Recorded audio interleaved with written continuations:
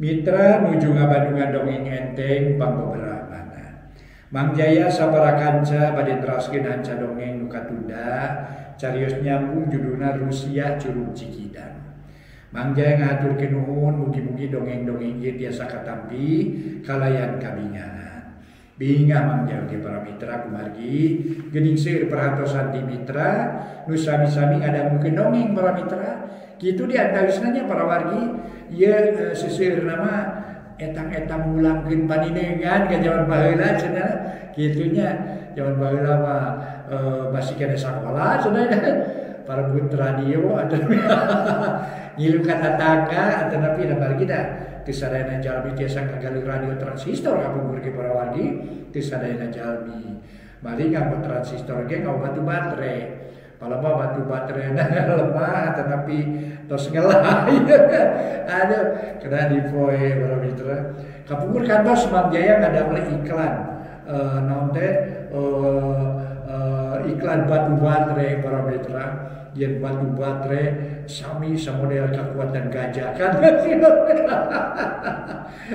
pokoknya para mitra yang kitu teh margi kapungkur mah soanten naon teh iklan teh kacida pisan mangaruhanana ka wargi-wargi anu dugi ka akhirna ngagalir produkna kitu di antawisna. Maka Rusia Curug Cikidang karangan Kilik Sadina bagian ke-68 urang lajengkeun wilujeng ngadamukeun.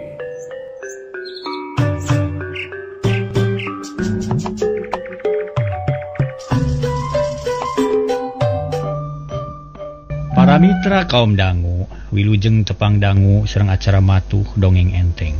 Mang Jaya sapara kanca bade neraskeun hanca dongeng nu katuna carios nyambung judulna nyaeta Rusia Curug Cikidang. Ayeuna nincak bagian ka-68 teu karawasnya para mitra. Dongeng parantos dugi kanalika Bah Jirun ngabura ngabura nyinining. Namung nu dibura teh nyinining mamalihan para wargi sadaya. Mangga atuh kumaha terasna ieu dongeng. Urang hanca ieu dongeng terasna Mang Jaya ngahaturkeun wilujeng ngadangukeun carios nyambung judulna Rusia Curug Cikidang dina seri ngadu pelet nyangakeun dina bagian ka-68. Para mitra anu mulia, tuna heula lampahna Bah Jilun ayeuna kocapkeun Nyi Iman Halami nu geus hasil nipu Bah Jilun. Sanggeus nyabok kana pipi Bah Jilun tuluy balik ka imah Mangkurip, rek nepungan lanceukna nu aya di kamar nyinining. Keur ngeukeun pandununganana. Barang tepi kanu dijugjug tuluy bebeja. Aceuk geus beres ayeuna mah Bah Jilun geus dihalangan niatna. Geus hasil nyabok pipina lumayan mending ngarumpuyuk aceuk. Ceuk Nyi Iman Halami ngajak bari ngajanteng gigireun lanceukna. Panon melong ka nyinining. Heuh syukur adi mudah-mudahan we dunungan urang salamet. Ulah diganggu ku Bah Jilunkeun urang hudangkeun ayeuna mah sinalilir. Da geus tepi kana mangsana ongko geus beurang teuing. Nyi Iman Halama ngejat di deket nyinining. Bareng jeung kitu nyinining ulisik-usik. Lantaran kadenge gandengna sora hayam diburuan, malah kadenge aya sora nunutu di saung lisung. Berai nyinining beunta tuluy rarat-reret korejat hudang bangun reuwas, lantaran di luar geus caang ngebrak. Geuning geus beurang ieu teh duh meuli kamalinaan teuing sarete. Panyana teh subuh keneh, nah aya ku nikmat teuing sarete mentibra pisan. Ceuk nyinining bari tuluy turun tina ranjang leos kaluar rek mandi. Atuh barungaheun man siluman anu dua teh asa lugina hate lantaran geus hasil ngabelaan dununganana. Pok Nyi Iman Halama nanya deui ka adina. Adi, rek kumaha mun geus kieu? Nah rek cicing wae atawa rek nuturkeun ka imah Bah Jilun? Alusna ulah kapalang tuluy tuturkeun ka imahna, tuluy talingakeun diri tu bisi Bah Jilun rek jahat deui.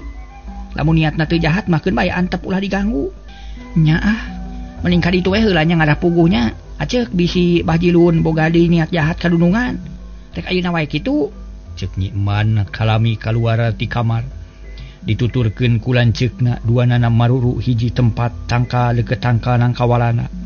Di dinya ieuh jeung rada caneom pikabetaheun keur bangsa siluman. Jeung atuh adi geura ini heula ka imah Bah Jilun keun bae di dieu mah ditalingakeun ku aceuk. Ngan kade ulah gagabah. Ulah nyieun kaributan bisi cilaka. Ulah nemongkeun jirim bisi Bah Jilun ambak. Heugah rek ulin ka ditu. Sanggeus badami kitu mah Man Halami ngaleos init rek ka imah Bah Jilun. Ari Man Halama ngaringkuk di dinya malah mah jirimna ngadak-ngadak robah jadi orai hideung sagede leungeun. Kapal badinya tara anu ngaganggu barudak tara wani ulin sabab karasana keung jeung geuman katurug-turug bumi buni ku areuy hui anu ngaguyun. Kocapkeun Bah Jilun harita teges tepi ka imahna. Didinya nyampak kadaharan dina meja sabab pagawean geus beres nyadiakeun kadaharan. Atuh teu loba carita deui memeh naon-naon celebak dahar meningalimen lantaran karasana capek jeung geus lapar pisan. Rengse dahar Bah Jilun ngajentul diuk ditepas bari udud. Pikiranana kumalayang kanu anggang. Meni asa karasa keneh basa dicabok ku Nyi Mojang karasana peureuss jeung semu panas. Ayeuna ge nyanyautan keneh. Teu nyana bakal kitu jadina. Horeng galak nyinining teh nya, tapi ahkeun bae sakitu mah jama we. Anak lalaki mah teu kitu-kitu acan mah. Tayina kudu mandi aing cai kemang loba keneh. Cek Bah Jilun bari niupkeun hasil proko kaluhur meni nyerebung loba naker. Pikiran Bah Jilun tuluy muter mikiran pilampaheun saterusna, sangkan lalampahan beres jeung nyugemakeun ulah aya basa gagal. Sanggeus lila reureuhna tuluy nyampeurkeun kana baskom nu aya di tengah imah. Kaayaan masih keneh tetep jiga tadi tayan wani ngaroba. Caina loba keneh kemangna ayeuna mah geus ngamang jiga hampang. Bah Jilun neuteub cai sakedeung tuluy ka kamar rek ganti baju. Ari bijil deui geus mawa anuk maksudna rek mandi ku cai kemang pelet. Bah Jilun ngarasa yakin ku jalan kitu bakal leuwih matih peletna. Nu matak sakabeh amanat ti kidugal dijalankeun kalayan daria. Harita ge kaluar ti imah bari mawa cai dina baskom maksudna rek mandi. Tapi barang sup ka kamar mandi kasampak orai hideung keur euleugeg jiga rek macok ka Bah Jilun. Puguh si Abah meni ngajenghok reuwas. Waduh, orai gelo sia. Teu sadar Bah Jilun ngajeleng ka tukang bari ngababetkeun baskom. Lantaran orai jiga rek macok kana beuheung. Komrang baskom kada batu caina mancawura kemang nu geus layu awur-awuran. Geus teu aya cahayaan. Puguh Jah Jilun ngahuleng kareuwas campur jeung keuheul. Ditema deui ku sieun tuluy unur-unuran bari melong ka kamar mandi nu aya orayan. Kurang ajar. Na orai naon ha? Hideung jeung bangun galak. Ye, matana bolotot letah panjang lelelan. Beuh. Buah-buah rek niat jahat ka aing ye, podaran mah kitu. Nya kudu dipodaran orai haram jadol teh. Santaran sabaji ngabahayakeun ge geus ngagagalkeun niat aing ye. Cai pelet lapur moal bisa dipake deui. Ceuk Bah Jilun bari kakerot bakat ku ambak. Beungeut robah jadi geuneuk sabab beuki lila beuki karasa. Matak haneueul ka bina-bina lantaran ngagagalkeun kana rencana. Mangkaning meunang meuli sakitu mahalna. Kalayan teu tetapasi di deui, rigidig Bah Jilun mangku batu sagede sirah maksudna rek dipake ningang orai. Colad maju dua lengkah, hiu kalayang batu ditinggangkeun. Puringkal kedebut, borobot papanu dipake kamar mandi bubuk katinggang batu. Keur mah geus bobo kaina katurug-turug katinggang ku batu gede, ku jalma nu keur ambak nya puguh meni amburadul. Ari orai mah teu bared-bared acan da teu katinggang. Ram jados ya, ngahina ka aing.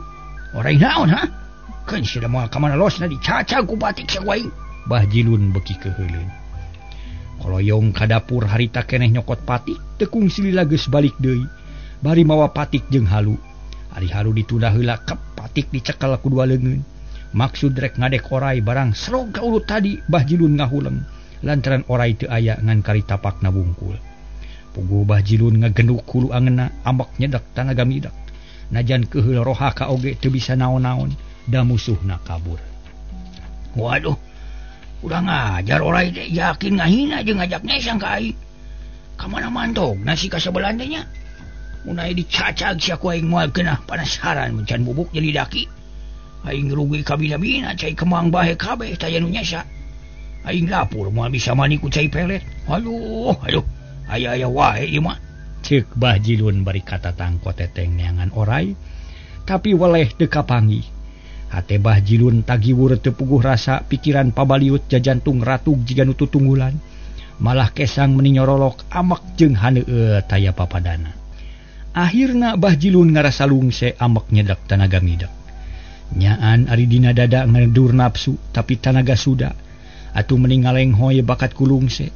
Gek diuk dina batu pipir imah panon melong kana baskom nu geus kosong.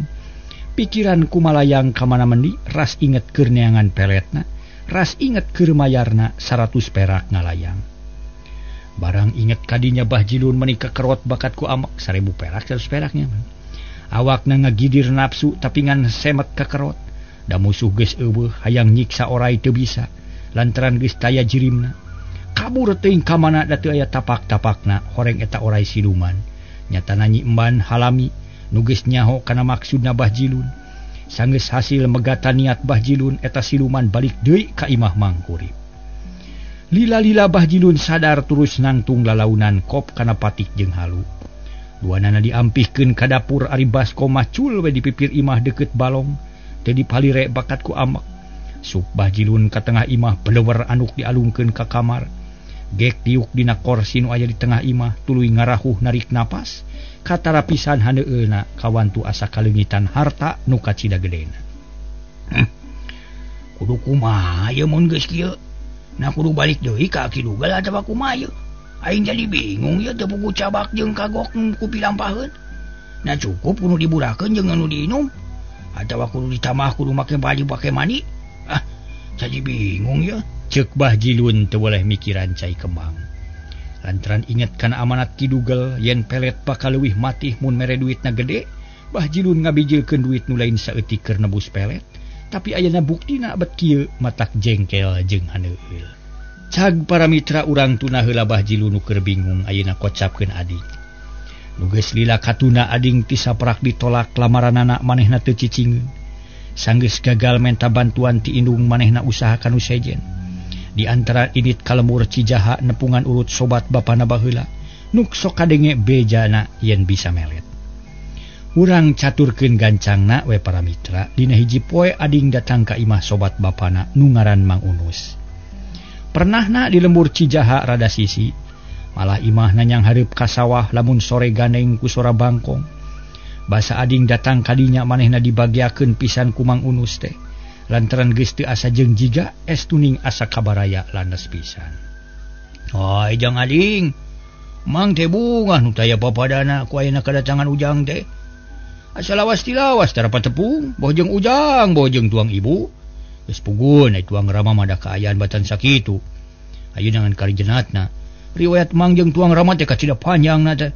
Lantaran kungsi ngalalakon baheula teh. Sok asa waas ari tepung jeung runayana teh, asa ditunggu baraya. Taina kalersan sumping jeung jang ading. Mang teu rada reuwas ieu bunga aya reuwas aya. Reuwas radu meh tara-tara ti sasari bat keur sasumping atuh-atohna. Nyarek teu atuh kumaha atuh da. Kadatangan sobat nu geus asa jadi dulur repet ku hinis. Da kitu kaayaan Mang teh ayeuna. Ku kituna Mang bade langsung bade tumaros. Aya naon pangna sumping ka Mang teh? Na aya nu teu da Mang di ditu? Aya peryogi di pitulung atawa kumaha? Mangga engal wartoskeun. Sabab geus beda karasana ku hate Mang teh ye. Aya kira-kira goreng ieu teh ye.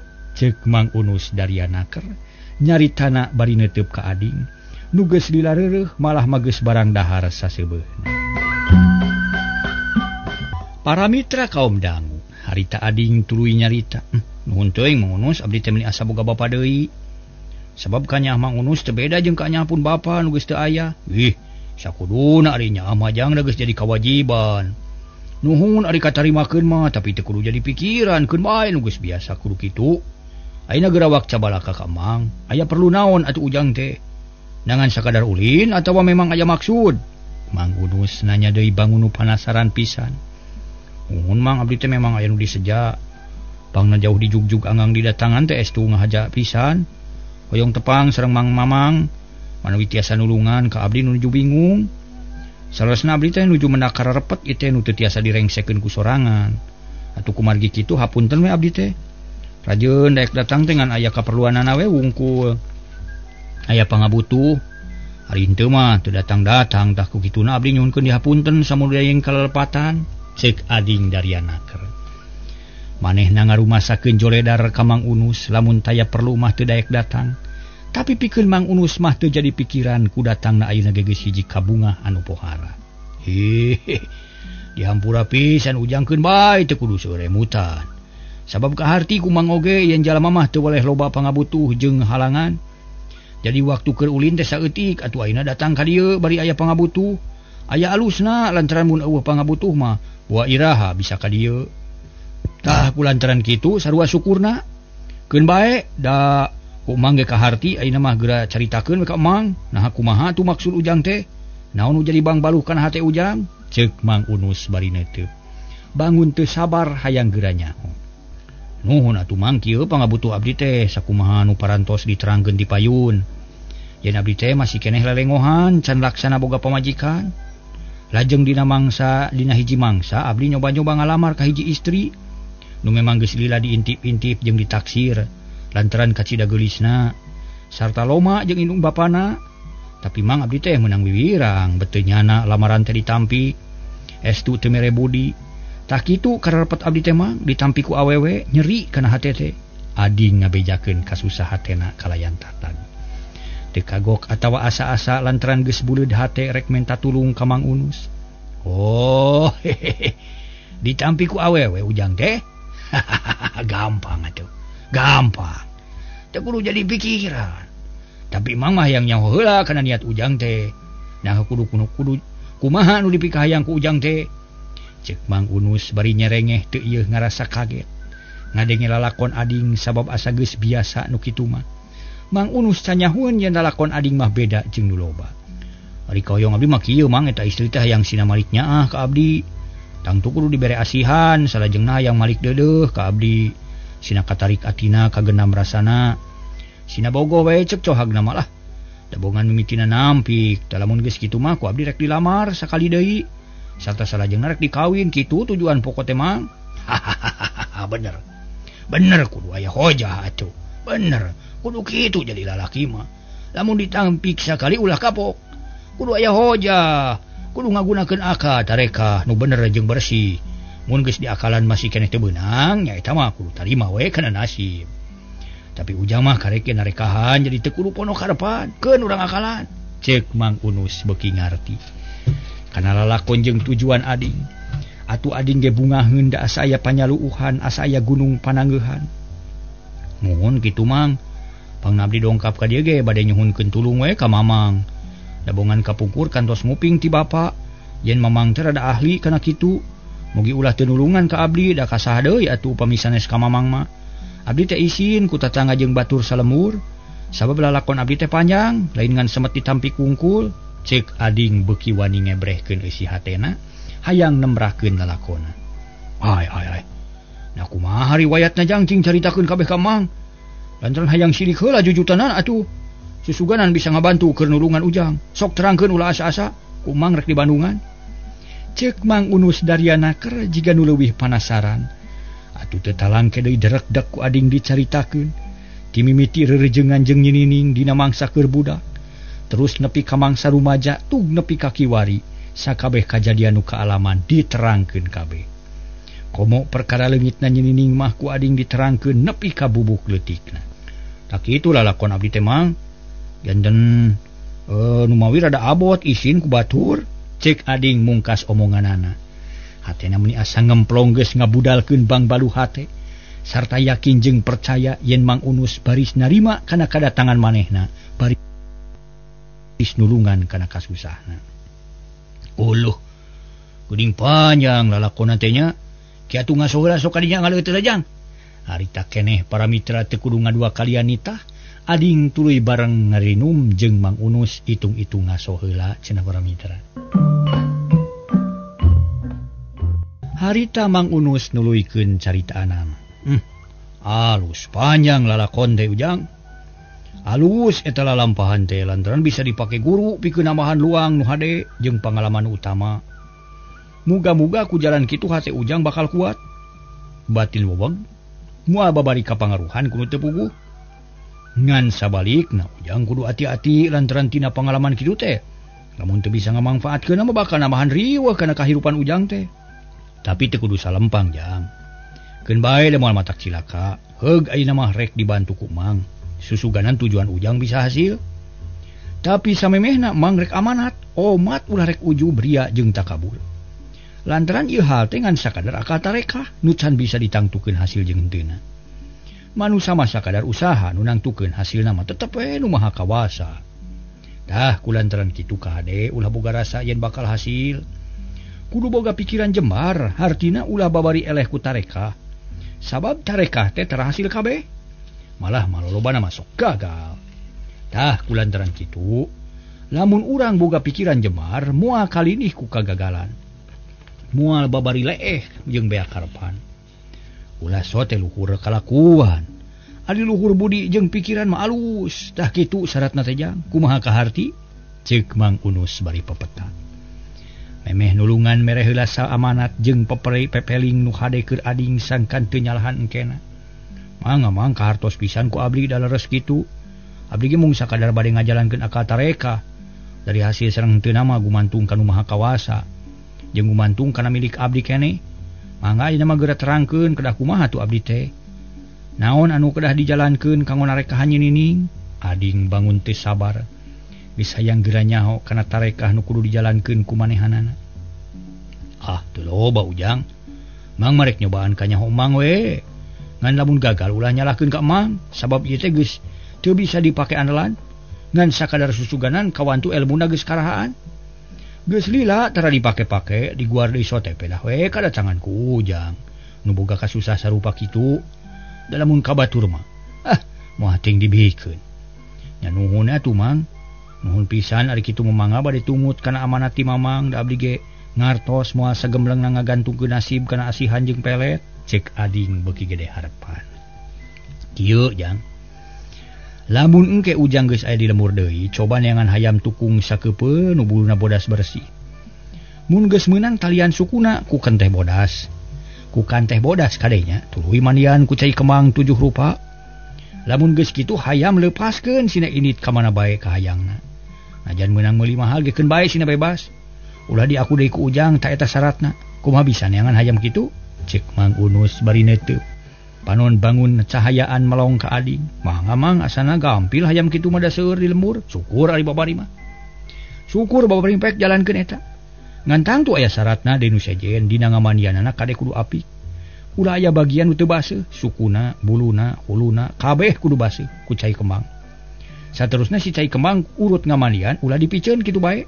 Tapi kudu dikumahkeun kana suku ujang duanana. Cukup nepi ka tuur we.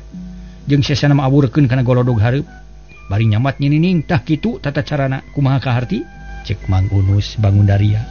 Kahartos Mang nanging kumaha wartosna nah tiasa iraha Mang? Bisa sore.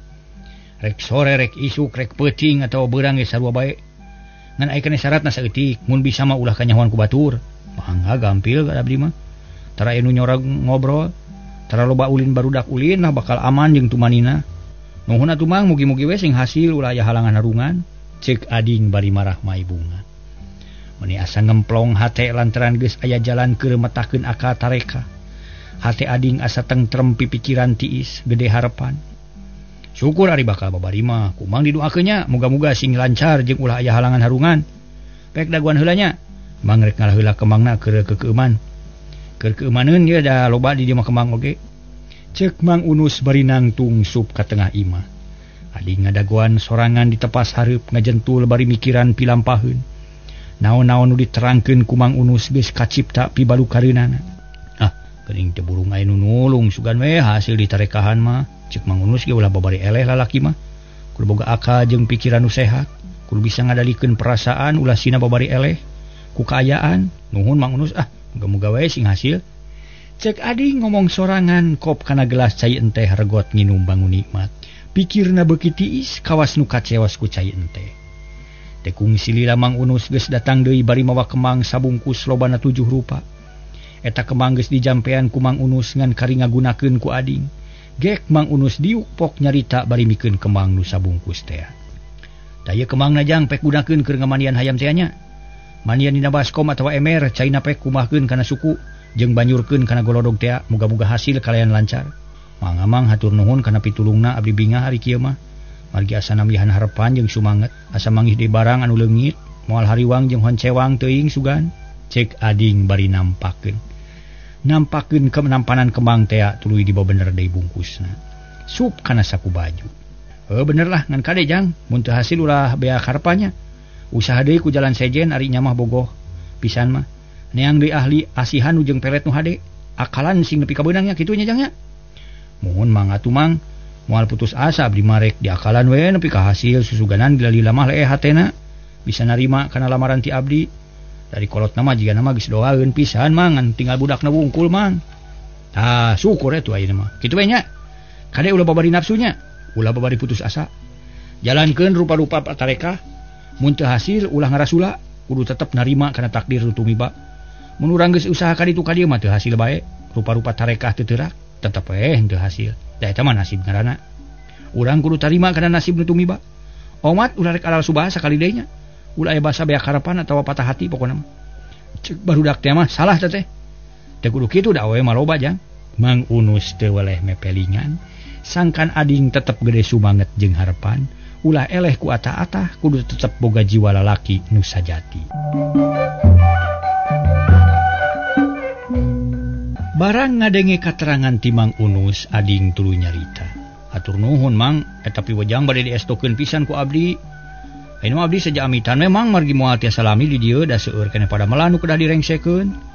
Atuh saja batik kitu abdi teh geus teu sabar hayang geura ngajalankeun akal tarekah Mang. Sakumaha ceuk papatah mamang teh abdi mah nyuhunkeun piduana we. Ading amitan manehna bener-bener geus teu sabar hayang geura ngajalankeun eta tarekah. Nya teu nanaon atuh jang, beral we geura mulang. Rek mulang mah tapi keheula nya. Mang boga oleh-oleh saeutik ieu keur emak lumayan tamalengoh. Mang Unus ngalewas heula ka dapur.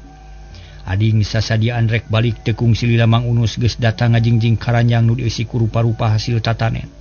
Da ieu jang ieu wayahna ridu nya. Cana keur oleh-oleh. Nu aneh mah da teu aya da puguhan ukur nu kieu di dieu mah. Ceuk Mang Unus bari nuna karanjang deukeut panto ku ading diteuteup bari marah mai.